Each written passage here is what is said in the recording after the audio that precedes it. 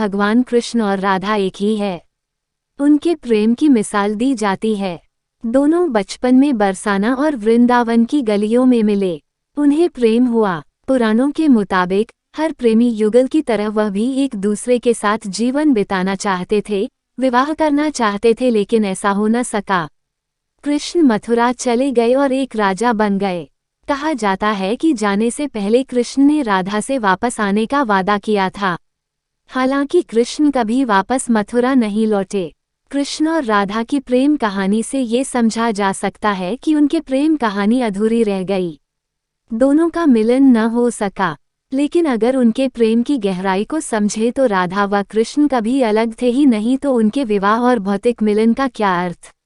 चलिए जानते हैं राधा कृष्ण के प्रेम की ऐसी अनोखी बातें जो हर सच्चे प्रेमी युगल को जाननी चाहिए। श्री कृष्ण की रासलीला वृंदावन की गलियों में आज भी कहानी किस्सों की तरह सुनाई जाती है। स्थानीय लोग बताते हैं कि कान्हा राधा जी के साथ शाम होने पर वन में रास रचाते थे। उनका साथ देने के लिए वन के पेड़ पौधे गोपियां बन जाया करती थीं। पौराणिक मान्यताओं के अनुसार वृंदावन का निधिवन रासलीला का गवाह है। आज भी शाम की आरती के बाद निधिवन को बंद कर दिया जाता है। लोगों का मानना है कि भगवान रासलीला करने के लिए हर शाम यहाँ आते हैं। पेड़ गोपियां बन जाते हैं और कान्हा और राधा का मिलन होता है।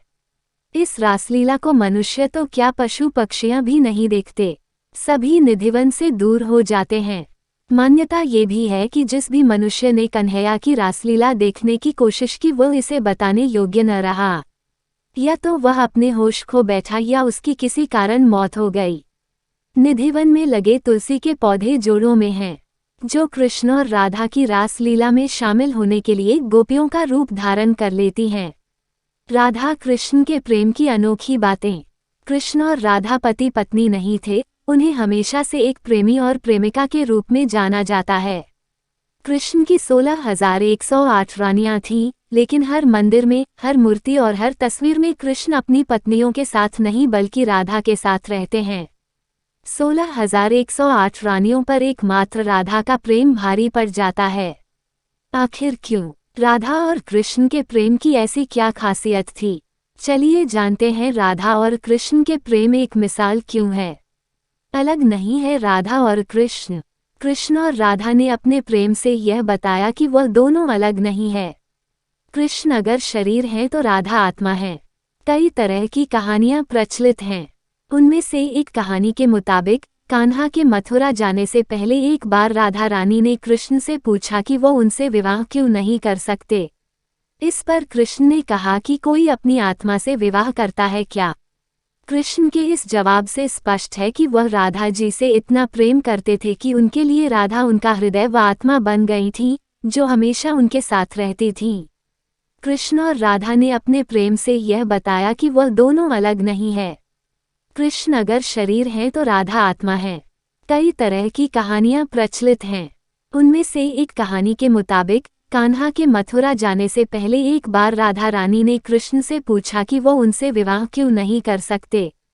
इस पर कृष्ण ने कहा कि कोई अपनी आत्मा से विवाह करता है क्या। कृष्ण के इस जवाब से स्पष्ट है कि वह राधा जी से इतना प्रेम करते थे कि उनके लिए राधा उनका हृदय व आत्मा बन गई थी, जो हमेशा उनके साथ रहती थी। प्रेम किसी से भी हो सकता है। प्रेम के बीच कभी आयु का बंधन नहीं होता। राधा रानी श्री कृष्ण से आयु में बड़ी थी, फिर भी कान्हा राधा से बहुत स्नेह करते थे। उन दोनों के लिए आयु कोई मायने नहीं रखती थी। इसी तरह कई विद्वानों के मुताबिक राधा दूध की तरह गोरी और सुंदर थी, वहीं कान्हा सांवले थे। फिर भी दोनों एक दूसरे को भा गए। प्रेम हृदय से होता है, शक्ल और उम्र से नहीं। भगवान श्री कृष्ण विष्णु का अवतार हैं। उनका जन्म बड़े उद्देश्य से हुआ था। अपने ही मामा कंस की क्रूरता का अंत करने के साथ ही महाभारत काल में अधर्म पर धर्म की जीत के लिए पांडवों को मार्ग दिखाने के लिए कन्हैया इस पृथ्वी पर अवतरित हुए थे।